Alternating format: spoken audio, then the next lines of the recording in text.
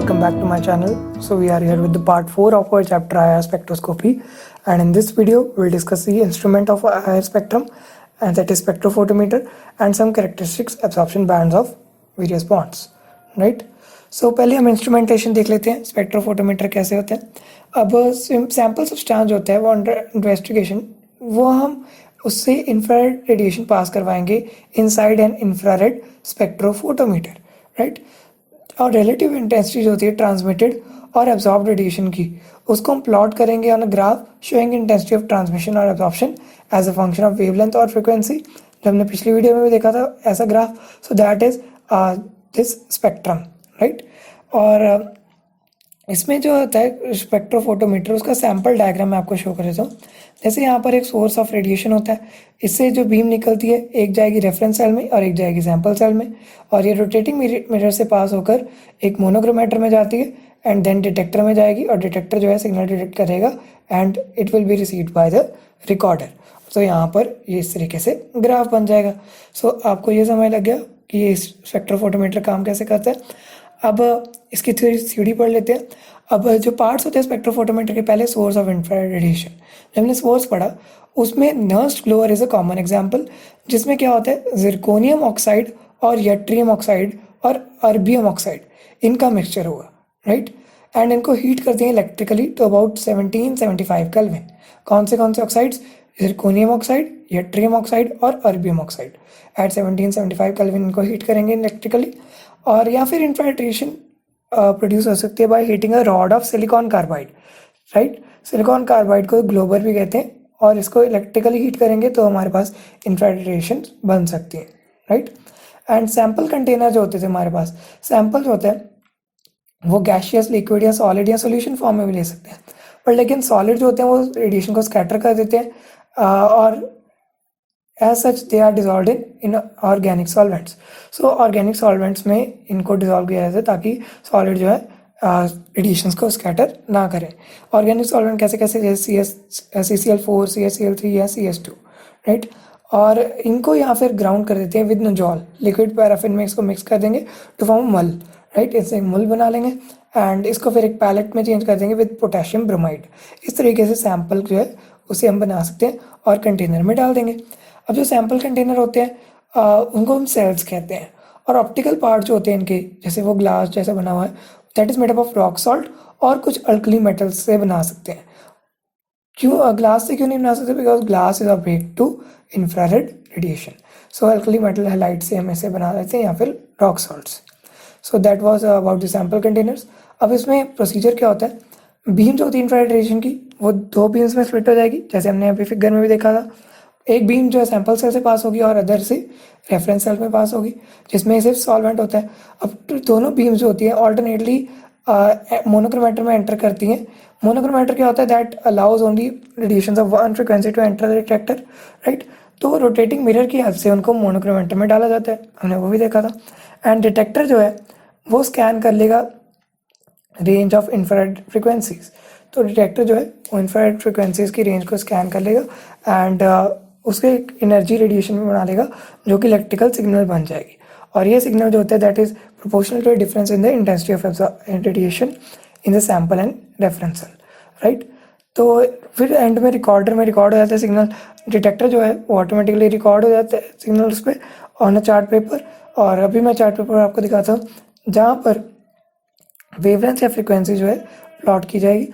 And actual practice में क्या होता है, ट्रांसमिटेड लाइट जो होती है वो 0 से 100% तक प्लॉट की जाती है in the infrared spectrum as a function of wave number और वेवलेंथ। सो ट्रांसमिटेंस होती है 0 से 100% तक, और ये वेव नंबर और वेवलेंथ से एज ए फंक्शन हम प्लॉट करते हैं ऑफ द ग्राफ। सो यहाँ पर ये जो ग्राफ आ रहा है दिस इज फॉर इथेनॉल, ये प्रॉपर फंक्शनल ग्रुप्स बता रहा है। और ये बना कैसे? With the help of spectrophotometer. तो ये हमने अभी देख ही लिया था, सोर्स से दो बीम्स निकलती हैं, राइट। एंड ये जो रोटेटिंग मिरर से मोनोक्रोमेटर में पास होगी, और यहाँ पर डिटेक्टर में सिर्फ वही जाएगी वेव्स जो कि इन दोनों की, जिनकी एनर्जीज इन दोनों की एनर्जीज का डिफरेंस होगी। एंड रिकॉर्डर पर जो ग्राफ आता है वो मैंने अभी आपको दिखाई दिया, right. So that was the graph, right. सो अब हम नेक्स्ट आगे पढ़ेंगे कुछ नोट्स, राइट। सो एक इंफ्रारेड स्पेक्ट्रम को रिकॉर्ड करने के लिए बहुत small amount of sample use होता है, एंड सैम्पल जो होता है उसे हम एब्सोल्युटली ड्राई यूज़ करना चाहिए, बिकॉज वाटर जो होता है उसका एब्जॉर्प्शन बैंड भी आ जाता है नियर अबाउट 3710 सेंटीमीटर इनवर्स के पास, एंड 1630 सेंटीमीटर इनवर्स के पास भी आ जाता है। सो इस वजह से वो तो हमारे कंपाउंड की एब्जॉर्प्शन के साथ ओवरलैप कर जाएंगी। सो इस वजह से सैम्पल को एब्सोल्युटली ड्राई रखना चाहिए। और आजकल कुछ सोफिस्टिकेटेड और सेंसिटिव स्पेक्ट्रोफोटोमीटर आते हैं, जैसे Fourier transform infrared spectrophotometer FTIR spectrophotometer, जिसकी सेंसिटिविटी बहुत ज़्यादा होती है और ये सिर्फ 1 या 2 सेकंड लेता है to record the spectrum, right. And characteristics absorption bands अगर पढ़ने हैं वेरियस बॉन्ड्स के, आप सारे बॉन्ड्स के देखेंगे, कैरेक्टरिस्टिक एब्जॉर्प्शन रीजन्स जो होते हैं उन्हें कलेक्टेड एक टेबल में कलेक्ट कर देते हैं, and that table is called correlation table. यहाँ पर कुछ साइंस यूज होते हैं, जैसे SMWV, ये इंटेंसिटी में साइन यूज होंगे, और S का मतलब होता है स्ट्रॉन्ग इंटेंसिटी, M का होता है मॉडरेट इंटेंसिटी, W का होता है वीक इंटेंसिटी, एंड V का होता है वेरिएबल, मतलब चेंज हो जाएगी बार बार। एंड टेबल जो होता है वो अप्रॉक्सीमेट पोजीशन पे आता है एब्जॉर्प्शन बैंड्स की, पर लेकिन exact position of absorption band depends upon the actual molecular environment. तो एग्जैक्ट पोजीशन तो थोड़ी चेंज हो जाती है because it depends upon the actual molecular environment. अब हम पढ़ते हैं दी एब्जॉर्प्शन बैंड्स। जैसे अल्केन है, उसमें CH स्ट्रेच की वेव नंबर होता है 2850 to 2960। आई सजेस्ट कि आप सिर्फ वेव नंबर याद कर लीजिए, ये वेवलेंथ रहने दीजिए, और इंटेंसिटी का थोड़ा बहुत आपको पता होना चाहिए। मेन थिंग इज़ कि वेव नंबर हमें याद होना चाहिए, वेव नंबर के ही ग्राफ प्लॉट होते हैं, और न्यूमेरिकल्स में भी ये वेव नंबर के क्वेश्चन ज़्यादा आते हैं, राइट। सो अगर एल्कीन्स है हमारे पास, उसमें CH स्ट्रेच देखें तो 3010 to 3100, और CH स्ट्रेच ऑफ एल्काइंस 3300। मतलब जैसे डबल बॉन्डिंग बढ़ी जा रही है तो ये ट्रिपल बॉन्डिंग में सबसे ज़्यादा वेव नंबर आ रहा है। अब अगर एरोमेटिक रिंग होती है तो उसमें तो कॉन्जुगेशन होगी, तो it will lower the frequency. So आपको अब समझ आ रहा है ना कॉन्सेप्ट सारे। अब एल्डिहाइड है हमारे पास, एल्डिहाइड में कार्बोनिल ग्रुप CH बॉन्ड जो होता है एल्डिहाइड का, उसमें 2650 to 2880 होती है वेव नंबर, और जो एल्केन का CC बॉन्ड होता है उसकी 600 to 1500, मतलब ये बहुत कम इसका वेव नंबर है, और ये ज़्यादा हेल्प नहीं करेगा हमें आइडेंटिफाई करने में। And C double bond C triple bond C and CC bond of aromatic ring, इनके कुछ वेव नंबर्स यहाँ पर दिए हैं, सो आप इनको याद कर सकते हैं। एंड आई सजेस्ट कि आप अच्छे से वैल्यूज़ याद करिए। अगर मैं नहीं भी बोल रहा तो आपने सारी वैल्यूज़ याद करनी है, तभी आपके क्वेश्चन हो सकेंगे। अगर आपको ये वैल्यूज़ नहीं आती तो चैप्टर के न्यूमेरिकल्स आप नहीं सॉल्व कर पाएंगे। सो ये वैल्यूज़ आपको याद करनी ही पड़ेंगी, राइट। अगर CO बॉन्ड्स हैं of alcohol, ether, aldehyde, alcohol, ether, carboxylic acid और एस्टर, राइट, तो उनका वेव नंबर और भी कम होगा 1000 to 1300।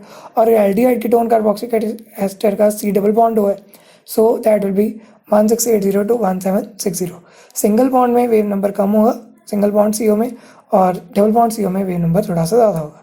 और OH बॉन्ड है, अब OH स्ट्रेचिंग जो है मोनोमेरिक अल्कोहल्स और फिनोल्स का OH स्ट्रेचिंग बहुत ज़्यादा होती है 3600 to 3650। और अगर हाइड्रोजन बॉन्डिंग हो जाए, हमें पढ़ा ही था अभी कि उसकी डिग्रीज हो जाती है 3200 to 3400, और कार्बोक्सिलिक एसिड में 2500 to 3000।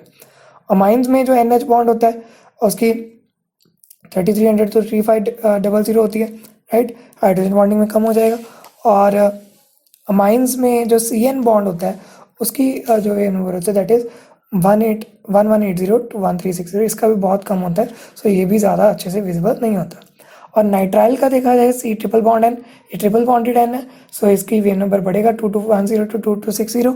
और नाइट्रो कंपाउंड्स में जो वेव नंबर है दैट इज़ NO2, इसका जो है 1330 और 1540 will be the wave number for this bond, right. So ये हमारे आगे characteristics absorption reactions of the bond. And इसके बाद नेक्स्ट पार्ट जो है वो नेक्स्ट वीडियो में कवर करेंगे। सो आई सजेस्ट कि कल तक आप अच्छे से इसको अच्छे से याद कर लीजिए, ताकि जब नेक्स्ट वीडियो आए उसमें आपको ये पहले ही आते हो एब्जॉर्प्शन बैंड्स, तो आप इजीली उसको अंडरस्टैंड कर सकें। And till then do subscribe to our channel for more videos, hit the like button and bell icon also, and thanks for watching. Thank you so much.